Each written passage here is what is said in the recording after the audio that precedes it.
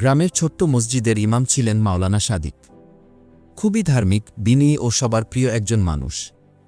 একদিন তিনি মসজিদের দানবাক্সের টাকা গুনে দেখলেন সেখানে ২,০০০ টাকা কম। বিষয়টা নিয়ে কারো প্রতি সন্দেহ না করে তিনি চুপচাপ দোয়া করলেন, হে আল্লাহ, যে নিয়েছে তাকে হেদায়েত দিন, আর এই টাকা যেন তার কোনো উপকারে না আসে যতক্ষণ না সে তা ফেরত দেয়। পরদিন রাতে সেই চোর রুবেল নামের এক যুবক ভয়ানক দুঃস্বপ্ন দেখে ঘামভেজা শরীরে ঘুম থেকে উঠে।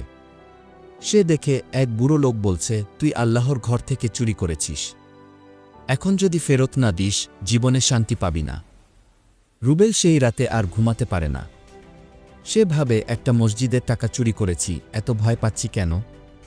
পরের দিন রাতে সে আবার সেই ভয়ঙ্কর স্বপ্ন দেখে। এবার স্বপ্নে নিজের কবর দেখে, অন্ধকার, ভয় আর আগুনে ঘেরা। রুবেল কাঁপতে কাঁপতে ফজরের নামাজের আগে মসজিদে গিয়ে হাজির হয়।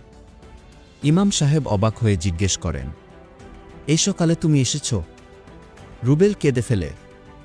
সে বলে, আমি দানবাক্সের টাকা নিয়েছিলাম, 2 রাত ঘুমাতে পারিনি, দুঃস্বপ্ন আমাকে পুড়িয়ে দিচ্ছে, এই টাকা ফেরত দিতে এসেছি।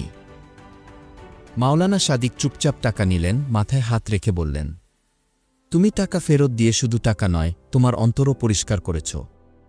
রুবেল চুপচাপ বসে রইল। ইমাম সাহেব বললেন, তুমি চাইলে আজ থেকেই আমাদের মাদ্রাসায় পড়তে পারো।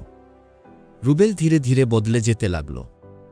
নামাজে আসত, ভালো কাজ করত, দিন শিখত। 5 বছর পর রুবেল আজ একজন হাফেজ, ছোট ছোট ছেলেদের পড়ায় ইমামের ডান হাত হয়ে উঠেছে।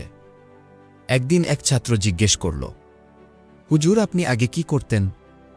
রুবেল তার কথায় হেসে বলল, আমি আগে চোর ছিলাম, কিন্তু আল্লাহ আমাকে ঠিক হেদায়েতের পথ দেখিয়েছেন।